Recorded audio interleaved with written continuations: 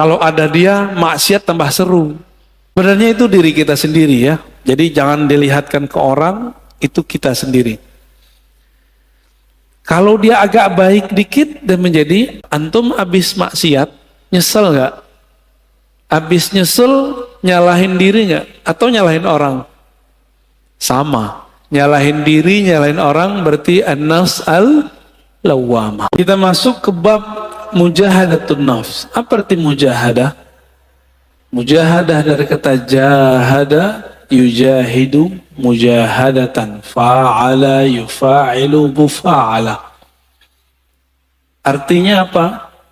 Bazlul juhd fi mukhalafatin nafs. Mengerahkan tenaga semaksimal mungkin untuk melawan kehendak-kehendak buruk dari dalam jiwa.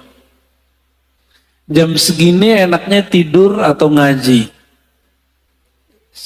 Menurut badan nih. Tapi batin Bapak maunya ngaji.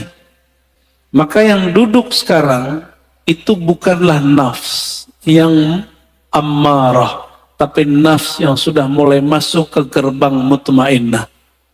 Baru gerbang Pak, jangan senang dulu. Ya, an-nafs ini jiwa kita, sebagaimana sudah masyhur disebutkan dalam Al-Quran, ada yang disebut innan nafsa, sesungguhnya jiwa, ada yang apa? Ammarah, bukan amarah. Ammarah. Ammarah bahasa Arab artinya yukthirul amra, banyak nyuruh-nyuruh kepada apa?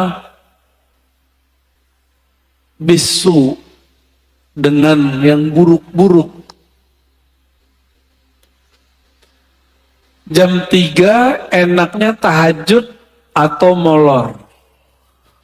Molor ya. Itu normal. Normal itu.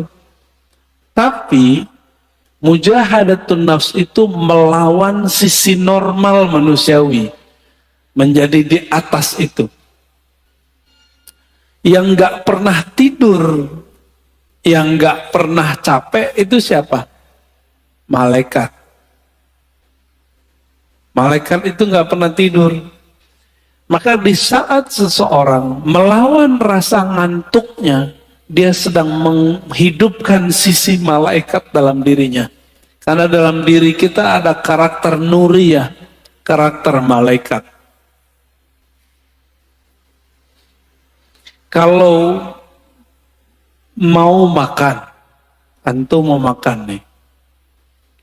Normalnya orang kalau pagi-pagi, jam 7, jam 8 lapar nggak? Terus antum shaim, puasa. Malaikat makan nggak? Itu namanya mukhalafatun nafs. Mencoba melawan kebiasaan diri. Biasanya makan, dia nggak makan.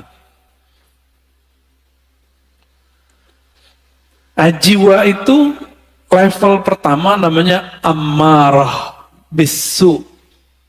An-nafs al-ammarah bisu. Jiwa yang selalu mengajak kepada yang negatif. Enggak saya, enggak antum, sama. Mau ustadz, mau kiai, hatta wali. Apalagi cuma wali murid ya. Hatta wali Allah itu ada an-nafsnya al-ammarah bisu dalam dirinya. Bedanya dia bisa meredamnya. Jadi jangan dikira para wali itu selamat juga dari an-nafs al-ammarah. Dia ada dalam dirinya, namun Allah mengizinkan untuk meredamnya. Ciri-ciri an-nafs al-ammarah, ide-idenya untuk berbuat yang rendahan itu lebih banyak daripada yang tinggi, yang bernilai. Keinginannya untuk berbuat yang buruk lebih banyak daripada keinginannya melakukan kebaikan. Nah, itu ammarah bisu. Bahkan ammarah bisu ini lawan dari nafsul mutmainnah. Dia menjadi agen-agen maksiat. Kalau ada dia, maksiat tambah seru. Itu ammarah bisu.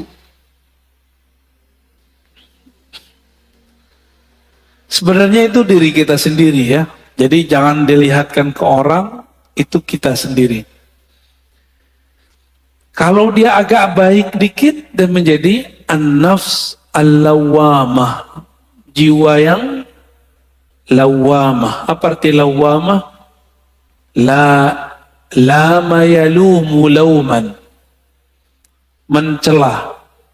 Lawwamah yang banyak mencela dirinya. Menyalahkan dirinya. Coba, antum habis maksiat, nyesel nggak? Habis nyesel, nyalahin diri nggak? Atau nyalahin orang? Sama. Nyalahin diri, nyalahin orang berarti an-nafs al-lawwamah. Ada penyesalan, lalu mengalamatkan penyesalan itu ke orang lain. Ini gara-gara dia nih, gitu ya. Atau ke diri sendiri. Kalau sudah bisa menyalahkan diri sendiri, berarti sudah lolos dari nafsul ammarah masuk ke nafsul lawwamah. Dari nafsul lawwamah sudah di ujungnya. Karena sudah bisa memandang bahwa diri kita lah yang bermasalah. Ciri-ciri nafsul lawwamahnya belum bisa disembuhkan. Kalau maksiat, kalau salah, selalu menyalahkan orang. Ini kena handphone nih. Ini karena musik nih. Musik yang disalahin. Kan baru muncul kemarin. Ada artis mau hijrah, mau tobat. Yang disalahin gitarnya yang disalahin. Dia yang maksiat, yang disalahin musiknya. Musik itu awal pembuka maksiat. Masya Allah. Saya nggak bela-bela musik juga. Karena saya nggak bisa main musik. Tapi kalau dia menyalahkan musik, berarti dia belum menyalahkan dirinya sendiri. Yang disalahkan diri kita sendiri. Anda mau tanya sama antum, lebih berbahaya musik atau smartphone?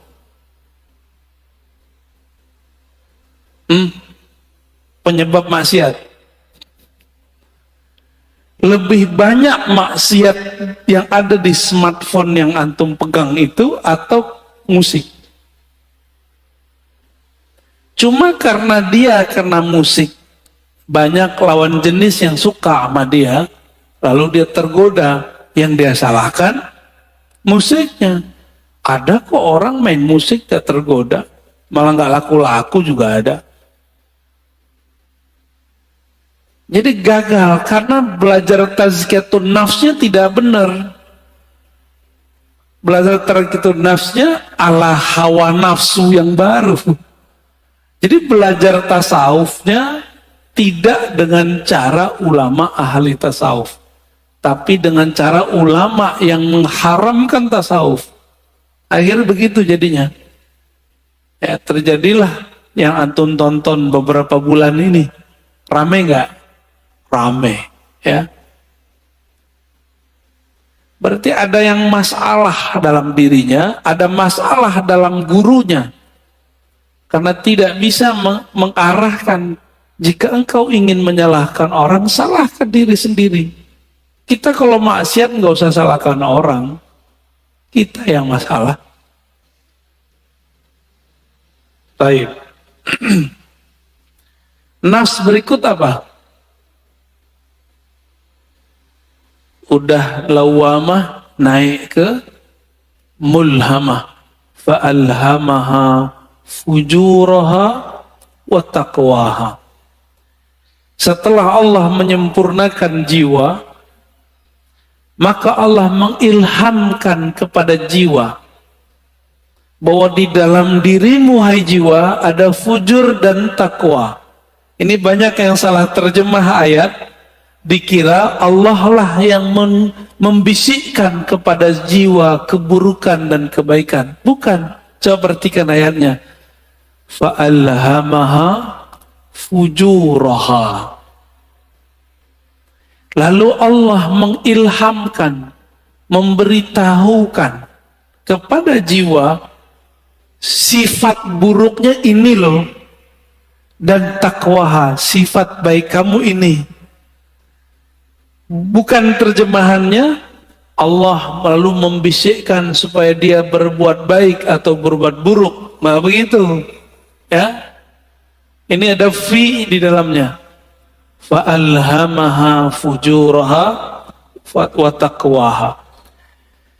Ada satu riwayat yang masyhur di kitab-kitab, cuma sayang setelah diteliti Imam Suyuti, Imam Ibnu Jauzi, riwayatnya dhaif. Tapi maknanya sahih, sesuai dengan ayat-ayat ini. Bahwa dahulu kala awal Allah menciptakan nafs jiwa. Ini riwayat didhaifkan. Emang dhaif, setelah saya teliti dhaif. Tapi riwayat ini saya masukkan ke Israiliyat. Kalau masuk ke Israiliyat kita boleh cerita. Ya. Tatkala Allah menciptakan nafs, lamma khalaqallahu nafs. Ketika Allah menciptakan jiwa, maka Allah bertanya, man ana wa man anta. Aku siapa, kamu siapa? Apa kata jiwa? Anta, ana. Apa kata jiwa? Ente, ane. Jadi yang suka ngomong gua, saya, itu sifatnya nafs. Jujur, suka nggak ngomong saya, menurut gua? Seneng nggak? Seneng ya? Kok dia nggak menghargai saya? Gitu. Pernah ngalamin gitu nggak? Ya. Kok dia nggak menghargain aku? Nah, ada perasaan begitu dalam berinteraksi? Berarti nafsnya lagi on, Pak. Lagi on itu. Ditanya lagi, man anta? Wa man ana? Siapa kamu? Siapa aku? Sama jawabannya. Aku, engkau. Makanya sifat egois itu sifatnya nafs, bawaan nafs. Jadi nafs ini itu dulu pernah Allah Subhanahu wa taala celupkan kepada bi'iruz zulumat, ke dalam kegelapan syahwat. Masing-masing kita punya, Pak. Walaupun soleh ini kayaknya berjenggot, berkopiah, bergamis, bersarung, nafsu kita sama-sama jelek. Mau saya, mau antum sama. Ya, jadi nggak usah putus asa ya. Biasa aja. Siapa tahu antum lebih mulia dari aneh. Gitu, dalam nafs. Tapi kalau udah merasa mulia, berarti nafsnya udah rusak. Nafsnya udah rusak. Baik. Lalu Allah buatlah nafs itu lapar. Dibuat lapar itu nafs. Sekian ribu tahun dia lapar. Lalu Allah bertanya lagi, Tuhan nafs, man ana wa man anta? Saya siapa? Engkau siapa? Kata Allah. Barulah nafs itu merasa butuh. Apa kata nafs? Ya Rabb, anta Rabbi. Engkau adalah Rabbku, Tuhanku. Sedangkan aku adalah hambamu. Inilah asal muasal daripada tazkiyatun nafs. Mujahadatun nafs. Jadi nafs ini hanya bisa dikekang dengan satu hal. Lapar. Gak bisa lebih, gak bisa kurang. Gak bisa lebih dari itu, gak bisa kurang juga dari itu. dibikin lapar dia. Jadi kalau antum merasa bahwa kok susah ngelola diri ini, puasa. Jangan hanya puasa fisik, mulai puasa yang sifatnya lebih detail. Pernahkah kita puasa gadget? Pernahkah kita puasa ngomong yang buruk-buruk? Jangan puasa ngomong nggak ngomong sama sekali. Puasa tidak ngomongin orang, bisa nggak? Pernahkah kita puasa tidak memikirkan dunia? Syekh Abdullah Faiz Ad-Dagestani An-Naqsyabandi itu kalau beliau terpikir dunia, beliau tobat mandi wajib. Mandi tobat. Ada orang begitu, Pak. Kalau kita baru bangun tidur ingat dunia nggak? Nyari handphone. Bener. Antum bangun tidur nggak nyebut nama Allah. Allah cemburu. Untung masih dikasih nyawa bangun subuh. Alhamdulillahirabbil alamin. Baik. Itu an-nafs al-mulhamah. Allah ngasih tahu kepada jiwa, di dalamnya ada fujur, kekejian, kehinaan, syahwat yang meledak-meledak, dan juga ada taqwaha, ada nilai baiknya. Maka sampai nanti, sampai kita mati, ini gak akan selesai. Walaupun naik, sudah naik jadi nafsu mutmainnah. Maka jangan pernah merasa aman dari diri kita. Saya nggak pernah merasa diri saya aman. Apalagi udah sok-sok suci, doain orang lupa doain diri sendiri. Aku doakan kalian husnul khotimah, dia lupa sama dirinya sendiri. Baru tobat dari musik, udah sok menggurui orang lain. Dia belum tobat daripada egonya. Baru hijrah beberapa bulan, udah berani menggurui orang lain. Lupa menggurui dirinya. Lalu melihat orang lain yang melakukan hal masa lalu dia dengan pandangan hina. Kita agak sedih dengan orang-orang begini, ya. Sedih dengan diri kita sendiri. Kok kita mau juga nonton orang begitu? Ya. Baik. Inilah gerbang mulhamah. Jika dia sudah mengenal sisi buruknya dan juga mengenal sisi baiknya. Kira-kira kalau orang berakal ngikutin yang mana? Karena dia sudah tahu di dalam dirinya ada sisi buruk, dia tidak menyesali putus asa kalau terjebak pada maksiat. Emang dari sononya udah begitu? Fa'alhamaha fujuraha wa taqwaha. Memang karakternya nafs ini begitu. Dia mengikuti yang rendah-rendah, fujur. Ada yang halal, maunya yang haram. Emang begitu kita. Maka Bapak Saudara makan Allah, kalau kita sudah tahu, coba lihat filosofinya. Kenapa Allah tidak pertama kali mengatakan fa'alhamaha taqwaha wa fujuraha? Tapi yang dimulai apa? Fujur dulu baru taqwa. Walaupun secara bahasa Arab wow itu artinya setara, tapi secara makna apa kata Imam Syafi'i? Ibda bima bada'ahu Allah. Imam Syafi'i itu kalau ketemu ayat susunan, maka beliau mengatakan mulailah memperhatikan dari mana Allah memulai. Itulah rahasianya. Bahwa orang itu pasti muncul dulu fujurnya, kekejiannya.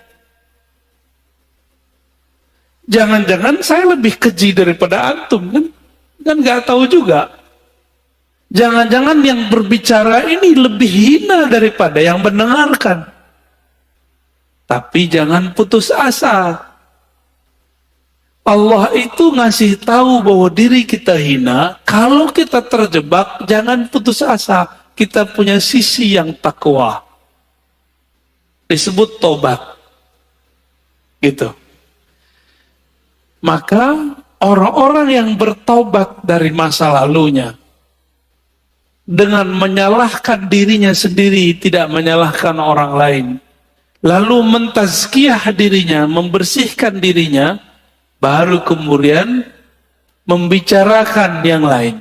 Orang ini sudah mulai naik ke makom berikutnya, an-nafs al-mutmainnah, jiwa yang tenang. Lalu bagaimana cara supaya jiwa itu bisa dibersihkan? Maka kita katakan mujahadah itu nama sekolahnya, kurikulumnya namanya tazkiyatun nafs. Bisa bedain. Tasawuf itu nama kampungnya. Jadi tidak ada namanya tazkiyatun nafs kalau tidak bertasawuf. Nggak akan ada, Pak. Oh, ini sudah ada sebelum tasawuf. Iya, tapi itu spiritnya tasawuf. Tazkiyatun nafs itulah yang disebut dengan taubah.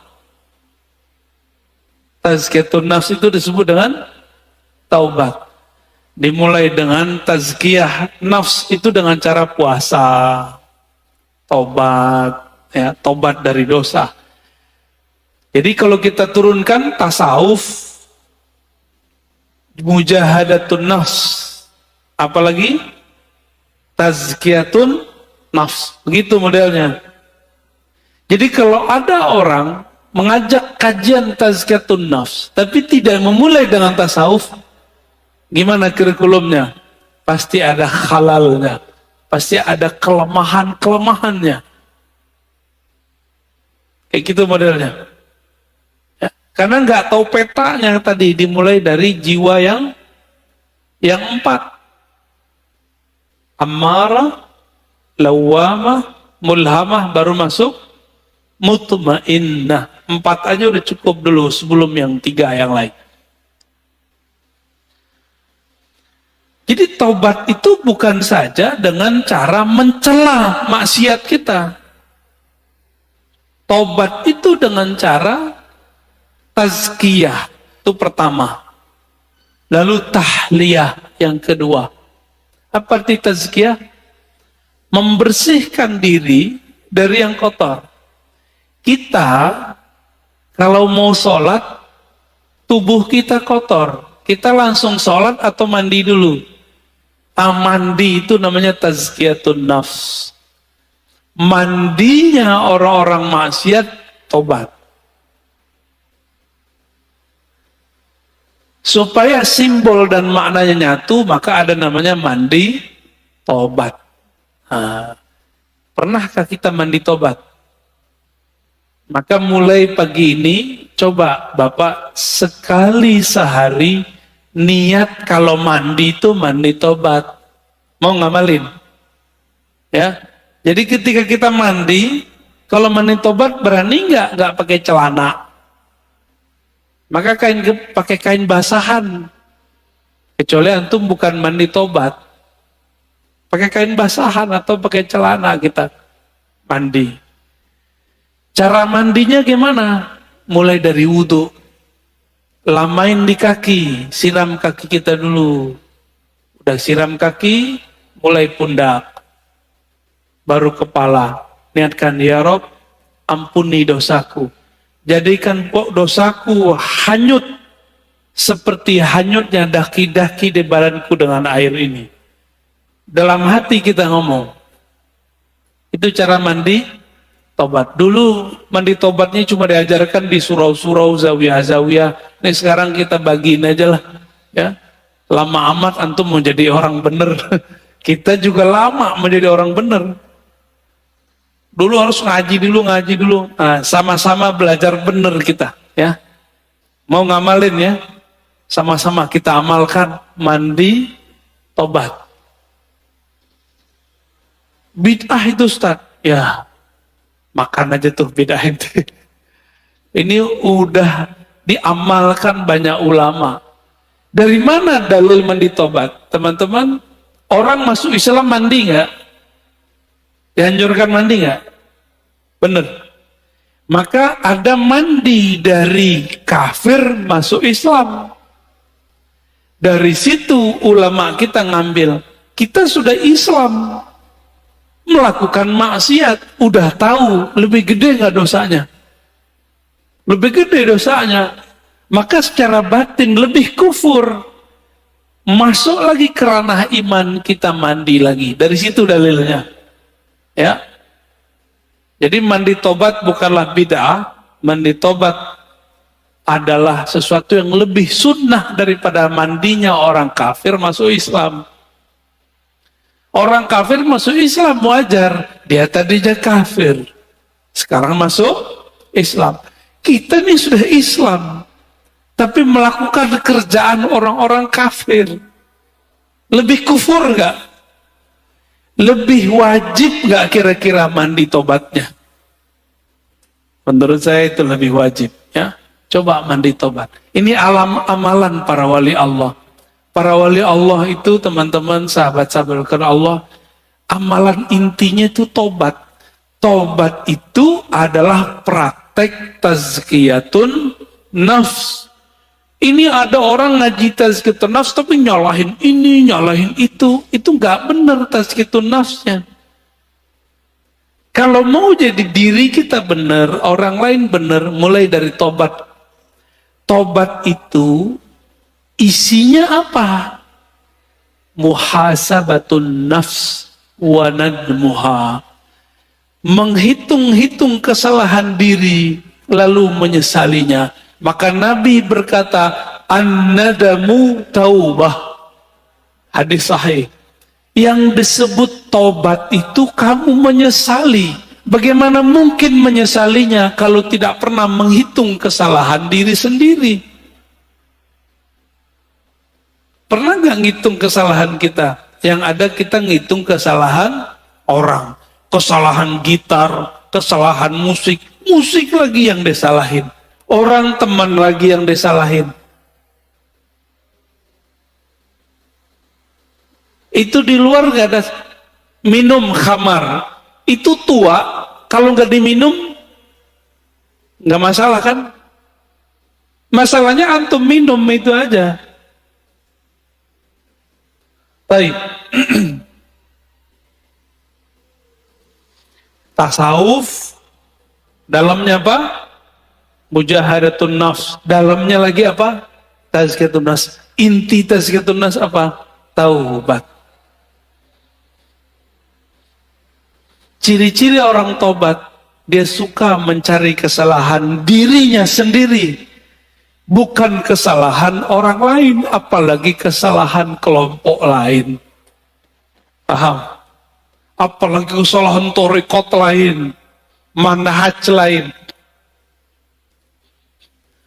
Kalau di dunia kerja, ciri-ciri orang yang sudah tobat, pribadi tobat, dia kalau ada kesalahan dalam pekerjaan tim, tidak suka menyalahkan kawannya, tapi dia suka menyalahkan dirinya sendiri.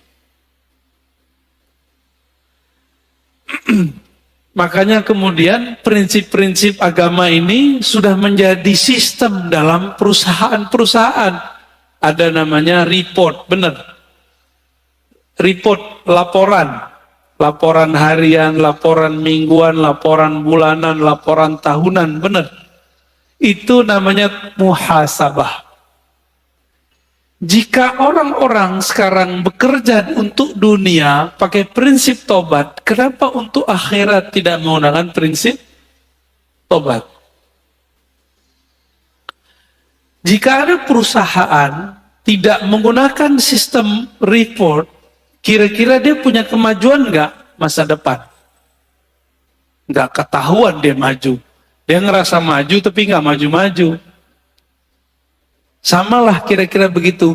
Jika seorang jiwa, suatu kelompok sibuknya dengan kesalahan orang, tidak sibuk dengan kesalahan diri sendiri, spiritualnya nggak naik-naik.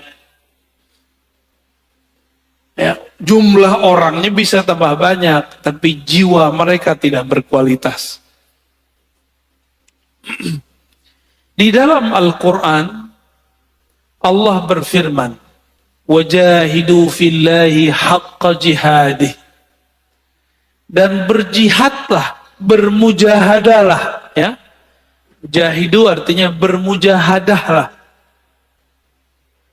Fillah. Jadi ada dua. Jihad itu fi sabilillah, sedangkan mujahadah fillah. Bisa bedain? Jihad di jalan Allah. Kita sedang memperjuangkan agama Allah, itu jihad fi sabilillah. Tapi kalau kita sedang melawan diri sendiri, itu namanya jihad fillah. Jihad mengalahkan diri, memenangkan Allah, itu namanya surat Al-Hajj ayat 78. Ini dalilnya kita. Orang bertanya dalil, apa dalil mujahadatun nafs? Ini dia.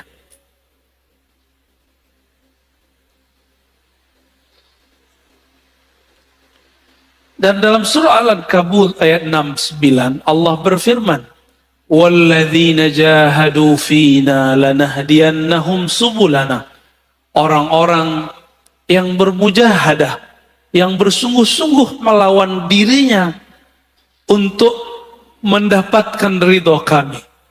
Lanahdiyannahum subulana. La di situ bukan la tidak, tapi sungguh. Sungguh ada nun taukid di belakangnya. Sungguh aku akan bukakan jalanku, akan tunjukkan subulana. Maka teman-teman, jalannya mujahadah itu banyak. Kalimatnya di sini subul. Apa arti subul? Jamak dari sabil. Subul, sabil artinya tariqah. Subul sama dengan turuk, artinya jalan-jalan. Banyak jalan. Berarti jalan untuk memperbaiki diri itu lebih dari satu. Tidak hanya satu tariqah, bisa banyak tariqah. Tidak hanya satu manhaj, tapi banyak manhaj. Adapun ayat yang mengatakan la tattabi'us subul, jangan ikuti jalan-jalan, itu maksudnya jalan kemusyrikan. Adapun kalau sudah masuk ke dalam Islam, di situ banyak metodologi. Ini dia. Jadi kenapa thariqah itu banyak? Beda sahabat, beda thariqah. Sayyidina Umar itu kalau beliau salah puasa 40 hari, tidak tidur 40 malam. Ada yang kuat thariqatnya Umar? Ada yang kuat thariqat Umar? Bid'ah enggak? Pernahkah Nabi mengajarkan kepada Umar, hai Umar, puasalah kamu 40 hari, janganlah tidur 40 malam. Ada enggak dalilnya? Pernah enggak Nabi ngomong? Enggak, Umar dapat 2 ayat ini langsung dipakai. Maka Umar itulah dalilnya, dan itu ada di Sahih Bukhari. Jadi 40 mujahadah, 40 khalwat, puasa siang hari, tidak tidur malam hari, bukan berarti itu over, bukan. Itu thariqahnya sahabat. Ini kita baru zikir 5.000 udah disebut riya. Ya. Kita baru kemudian gak tidur malam hari disebut berlebihan. Umar tiap malam gak bisa tidur. Karena dia merasa bersalah kepada Rasulullah Sallallahu Alaihi Wasallam. Ilmu tazkiyatun nafs ini hanya ada di thariqah sufi. Sekarang banyak orang menyerang thariqah sufi. Kira-kira bisa benar gak dirinya? Gak bisa benar, Pak. Kita mau tazkiyatun nafs, tapi orang ahli tazkiyatun nafs kita serang. Bisa benar gak kita? Gak bisa benar. Ya. Tasawuf itu ada menyimpang. Kan kita udah jelaskan dari awal. Tidak hanya di kalangan sufi, di kalangan ahli fikih aja ada penyimpangan, di kalangan ahli hadis aja ada penyimpangan. Apalagi di kalangan sufi. Lalu gimana supaya tidak menyimpang? Maka ilmu itu mesti bersanad kepada ahlinya. Selesai masalah sebenarnya. Bolak-balik situ aja Pak. Ya. Ini perintah bukan? Wajahidu fillahi haqqa jihadih. Surat Al-Hajj 78. Bermujahadahlah kamu melawan dirimu untuk menemukan Allah. Dengan haqqa jihadih. Dengan perjuangan yang sebenar-benarnya. Ini wajib bukan? Ini bukan sunat Pak. Maka bertasawuf itu wajib atau sunat? Tidak ada tasawuf tanpa mujahadah. Tidak ada mujahadah tanpa tazkiyatun nafs. Itu namanya tasawuf. Berarti tasawuf wajib atau bukan? Wajib gak? Jadi jangan ngomong lagi tasawuf itu sunat. Bertasawuf itu wajib. Dalilnya ini ayatnya. Ma la yutimmul wajib illa bihi fahuwa wajib. Sesuatu kewajiban ya nggak bisa kita capai kecuali dengan satu metode atau sekian metode. Maka metode ini wajib ditempuh, wajib dipilih. Ini yang disebut dengan subulana, jalan-jalan kami. Ya, sudah mulai paham? Tapi biasa, mungkinkah Allah membiarkan jalan suci ini aman? Gak mungkin. Maka Allah titipkanlah ya ujian bagi orang-orang yang sedang bermujahadah di jalan tasawuf supaya mereka meragukan tasawuf. Ragunya lewat ustadz juga, karena ustadznya ngomong pakai dalil juga bahwa tasawuf itu bid'ah, tasawuf itu dari Buddha, tasawuf itu dari Brahmana, tasawuf itu dari Kristen. Yang ngomong begitu kan orientalis. Giliran orientalis ngomong ente percaya, giliran kita yang muslim ngomong ente nggak percaya. Yang paling lucu musim maulid ini mau maulid, ya benar mau maulid. Yang bilang maulid pertama kali dibuat orang Syiah kan orang Syiah. Salafi mengkafirkan Syiah. Tapi giliran informasi tentang maulid ini mereka ambil. Mereka percaya kepada orang kafir bahwa maulid ini dari Syiah. Padahal kita ahlus sunnah itu juga punya data sendiri bahwa maulid itu bukan dari Syiah, bukan dari Yesus. Ini yang paling lucu, selevel Syekh Soleh Fauzan, Imam Salafi sekarang di Saudi, itu menganggap maulid Nabi itu sama dengan memperingati kelahiran Yesus. Nyambung nggak? Ada nggak antum yang memahami maulid Rasul Sallallahu Alaihi Wasallam itu sama dengan kelahiran Tuhan? Ada nggak? Nggak ada kita yang begitu.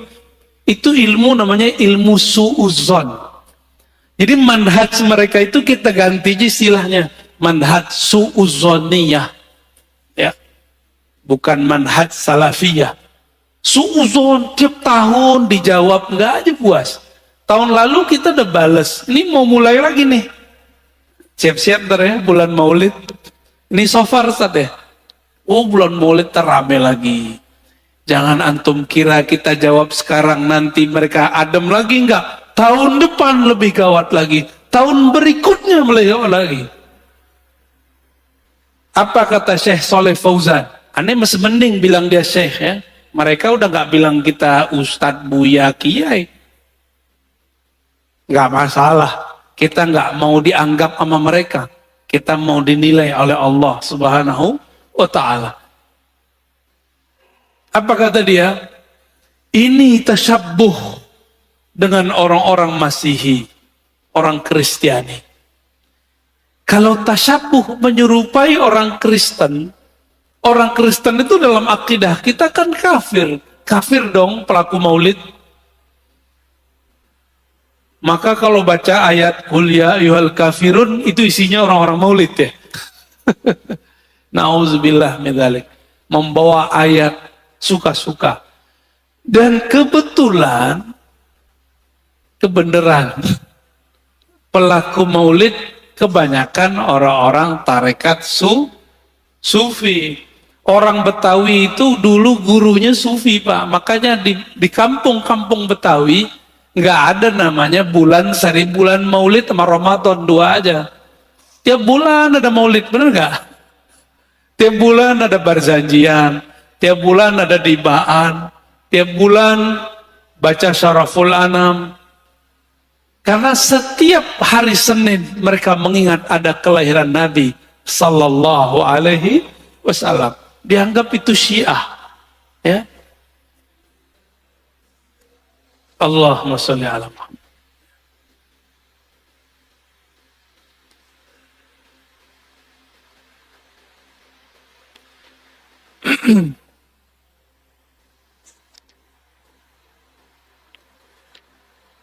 Tadi saya sudah hantarkan bahwa jiwa kita awalnya adalah an-nafs al-ammarah bisu, mengajak kepada keburukan. Tapi karakter jiwa qabiliyatun litaghyir. Jiwa ini bisa dilatih. Allah tadi melatih jiwa pakai apa? Pakai puasa, benar. Maka coba antum latih jiwanya dengan puasa. Masalahnya orang kayak kita ini mau coba latih diri sendiri, sukses nggak? Antum mau coba-coba latihan sendiri, sukses nggak? Orang mau nulis aja harus ada gurunya. Hebat amat antum ketika mau melatih diri sendiri, tapi tidak punya guru. Siapa kita? Ada yang lebih tinggi dari Imam Ghazali di sini. Imam Ghazali butuh guru nggak? Berguru dia kepada Abu Ali Al-Farmadi. Imam Nawawi berguru nggak? Berguru. Imam Subuki berguru ke Imam Athaillah Sakandari. Ibn Athaillah Sakandari pengarang hikam berguru kepada Imam Al-Mursi. Imam Al-Mursi orang alim panjang umurnya, sahibul mukasyafah, berguru kepada Abul Hasan Syazili. Abul Hasan Syazili berguru kepada Ibnu Mashis. Begitu mereka. Muhammad Bahauddin Syah Naqsyaban berguru kepada gurunya Mir Kulal. Mir Kulal berguru kepada Baba Samasi. Hatta Syekh Abdul Qadir Jilani berguru kepada Hamad Ad-Dabbas. Nggak ada yang nggak berguru. Antum aja yang sok-sok hebat gak berguru, ya. Hebat amat itu gak berguru. Buat tarekat sendiri ya. Ya, buat manjat sendiri ya silakan. Man la syaikha lahu la yuflih abadan. Siapa yang tidak berguru tidak akan pernah sukses selamanya. Siapa yang belajar bahasa Inggris nggak berguru nggak akan sukses berbahasa Inggris. Siapa yang tidak berguru untuk bahasa langit, dia tidak akan bisa berbicara dengan bahasa langit. Itu bahasanya ya, horornya kira-kira begitu. Malaikat itu kan makhluk langit. Jika karakter mereka mau kita pinjam, maka ini bahasa-bahasa mereka kita harus pahami. Bahasanya bukan bahasa mulut. Ya. Maka wajib seseorang itu berguru bertarekat ketika mau tazkiyatun nafs. Nggak bisa pengajian kita begini Bapak. Ini cukup untuk keilmuannya. Setelah diilmui baru masuk kepada prakteknya.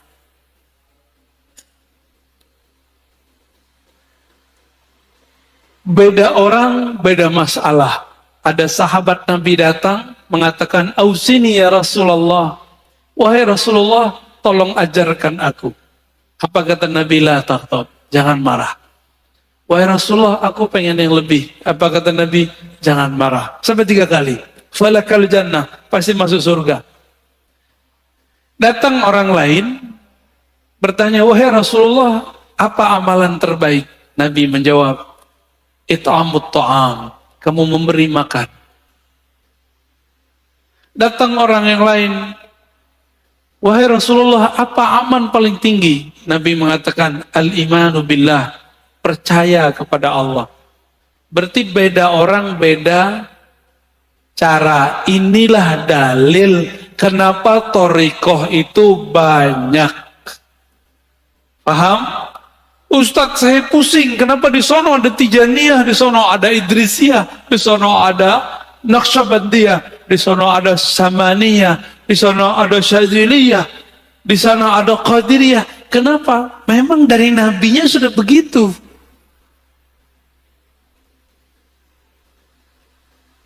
Antara Sayyidah Aisyah beda thariqah dengan Sayyidah Juwairiyah dan Safiyah.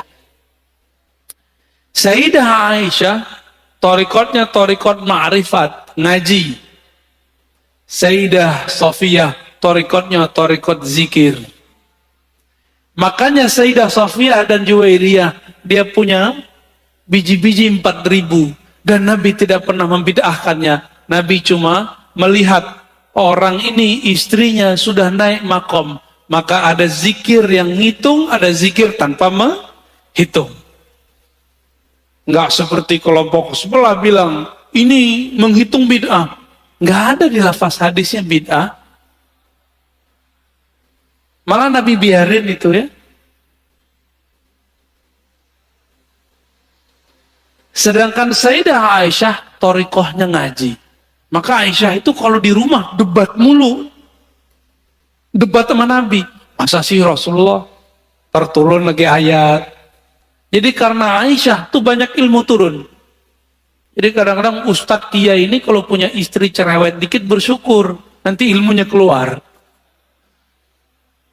Apalagi wali ya. Wali itu ujian paling beratnya istrinya sendiri. Serius. Ya. Waliullah itu ujian pertamanya istrinya. Antum tahu Sayyidina Umar itu waliullah bukan? Waliullah bukan? Ada yang meyakini Umar bukan wali, pasti Syiah. Sayyidina Umar di rumah itu dikata-katain bininya. Ente nih wali, kira-kira begitu. Masa Amirul Mukminin begini? Nggak beres ngurus umat. Dikata-katain sama bininya. Dia pasrah aja. Dibiarin aja. Bukan berarti Umar nggak ada harga dirinya. Itulah cara Umar yang biasa ngata-katain orang di luar. Sekarang dia terima nggak dikata-katain sama bininya sendiri? Apa perasaannya dikata-katain oleh orang dekatnya sendiri? Umar berhasil melewati itu. Pantas beliau jadi wali. Antum ini beda dikit paham sama bini udah tengkar, udah minta cerai. Udah langsung bilang, kamu ini menentang Allah dan Rasulnya. Yang ditentang ente, bukan Allah dan Rasul. Jangan bawa-bawa pemahaman kita satu level dengan Allah dan Rasul. Pemahaman kita ini bisa salah. Allah dan Rasul tidak pernah salah. Istri suka posting dirinya, jangan langsung dihardik. Pelan-pelan, dek. Setiap nikmat itu pasti ada yang iri. Kamu begini ntar ada yang iri, urusan dia. Ntar lama-lama pasti ada yang ngecengin tuh cewek, ya istri kita tuh, atau pasangan kita, atau adik kita, atau teman kita. Nanti dia sadar sendiri. Lama pelan-pelan aja. Kamu kalau tidak take down itu foto, video, saya jatuhkan talak 1. Gak begitu caranya. Gak begitu caranya. Allah aja pelan-pelan mendidik nafs. SP1, ya kan? Wahai nafs, wahai jiwa, aku siapa, engkau siapa? Sampai yang ketiga baru dididik, dikasih ancaman. Gak dikasih makan. Begitu caranya ya. Jadi jangan main SP aja baru ngaji berapa kali. Baru santri kilat, belum santri beneran. Udah belagu aja kayak santri ya. Antum belajar thariqat, thariqatnya sih bagus, antumnya nggak bagus. Jangan bawa-bawa kemurnian torikot itu menjadi standar kita. Ya. Man zayyana zahirahu bil mujahadah hassanallahu sarairahu bil musyahadah. Guru Imam Abul Qasim Al-Kushairi namanya Abu Ali Ad-Daqqa. Abul Qasim Kushairi ini punya murid Abu Ali Al-Farmadi. Abu Ali Al-Farmadi punya murid namanya Ghazali dan Yusuf Al-Hamadani. Yusuf Al-Hamadani umurnya panjang, ilmunya sama dengan Ghazali. Yusuf Al-Hamadani punya murid namanya Imam Abdul Khaliq Wujudawani, melahirkan nanti Thariqat Naqsyabandiyah di Uzbek. Di Baghdad dia punya murid Abdul Qadir Jilani, muridnya mendirikan Thariqat Al-Qadiriyah. Makanya Qadiriyah Naqsyabandiyah ini nggak boleh tengkar, Pak. Ini saudaraan, karena syekhnya ke atas ketemu. Ya. Kakek gurunya namanya Abu Ali Ad-Daqqa menurunkan sebuah rahasia. Kenapa kita mesti mujahadah? Man zayyana zahirahu bil mujahadah. Siapa yang menghiasi dirinya, menyibukkan dirinya yang zahir. Yang zahir ini puasa, banyak rukuk sujud, banyak tobat, banyak menempa diri jiwanya. Maka Allah akan sempurnakan, indahkan sirnya.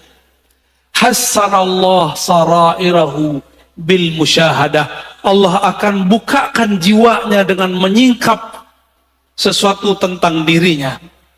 Dan syukur-syukur sampai kepada musyahadah, memandang kepada nama Allah, fiil perbuatan Allah, sifat Allah. Syukur-syukur Allah petunjukkan ihsan bertemu dengannya. Maka orang-orang yang tidak sibuk mendidik dirinya karena dia tidak punya guru, orang-orang ini tidak akan pernah sampai kepada Allah. Kenapa? Mikir, ini antum kalau nggak punya guru, mandang zikir 100 aja lama. Tapi kalau punya guru, jangankan 170.000 aja dijabanin. Coba aja kalau punya guru. Sekarang coba sebut zikir 70.000, kebayang berat nggak? Jangan dengan 70.000. Kita bilang, zikir ya pagi sore 1000, antum pasti langsung kabur. Ya, tidak boleh ikut kajian saya kecuali paginya dan sorenya zikir 1000. Pasti nggak ada yang datang. Atau doang. Ya. Itu zikir. Nah, nanti ada bab setelah ini, insya Allah di bulan depan kalau umur kita panjang. Pengurus mintanya 2 kali. Tapi kalau 2 kali sayangnya nggak kuat ya. Semoga nanti ada waktu. Nanti ada bab tentang zikir. Jadi jangan langsung ke zikir. Mujahadah dulu diri baru masuk ke zikir.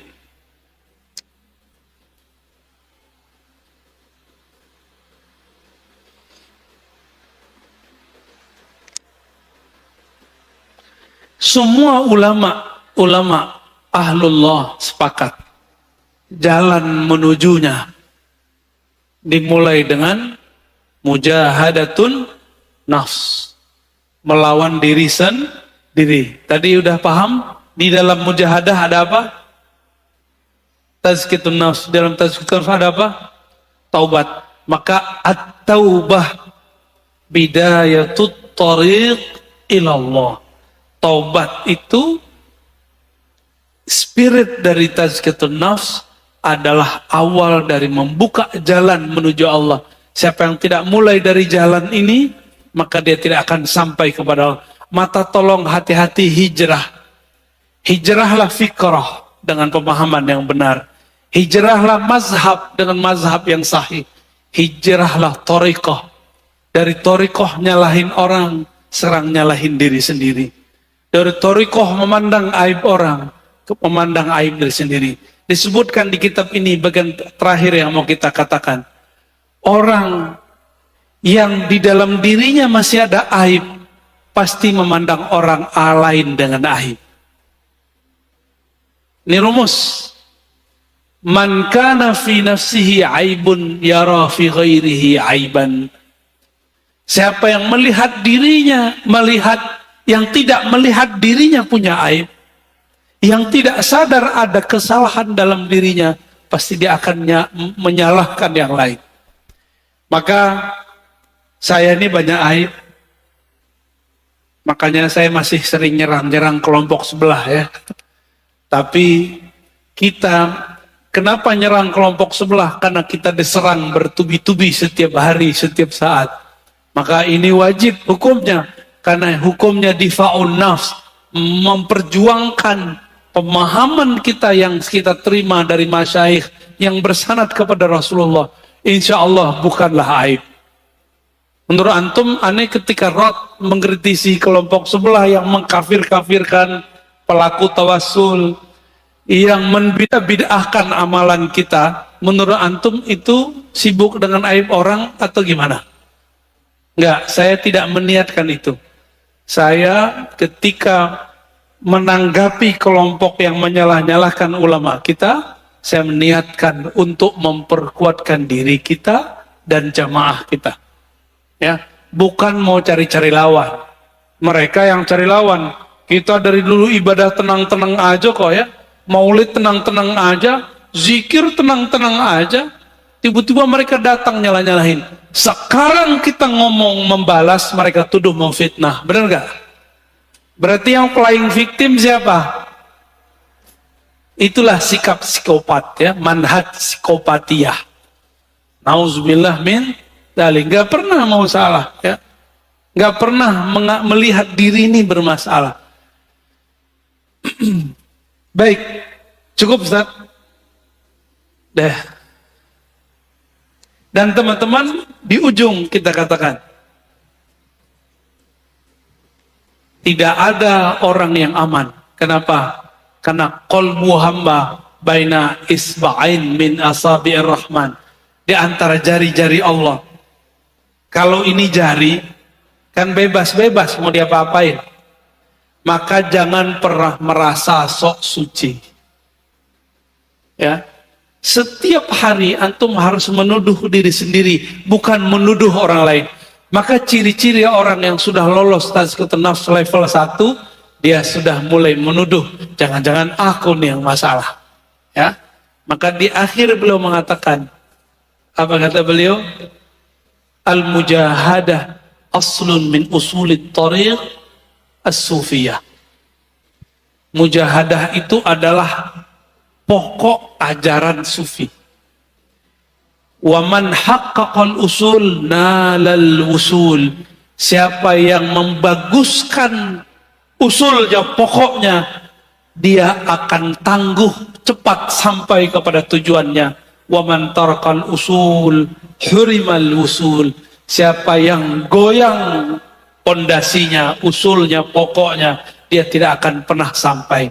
Biarlah mesin mobil kita, ya mesin lama yang penting jalan, daripada mesin baru nggak pernah jalan.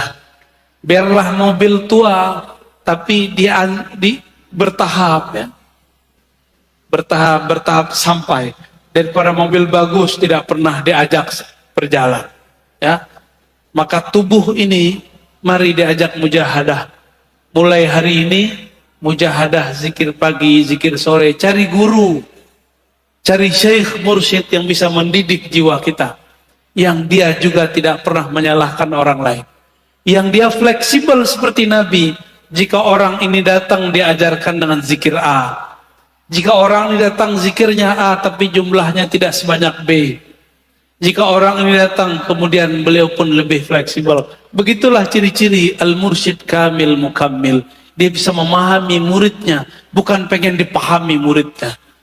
Wassallallahu ala Muhammad. Fadhal.